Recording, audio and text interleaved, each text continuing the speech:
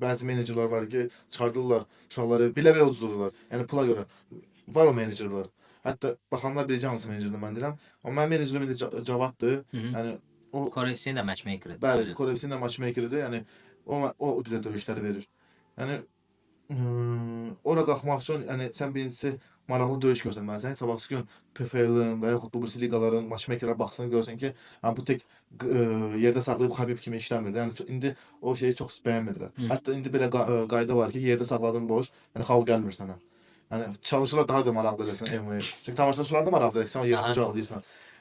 Ona görə maraqlı döyüş göstərməlisən, güclü rəqibləri udmalısan. Orada baxanda sənə tapılacaq baxırlar ki, hansı rəqibləri udmusan da. Məsələn, 7-0 udmusan, 5-in ikisini udmusan və yaxud rəqibin harda vuruşub əvvəl.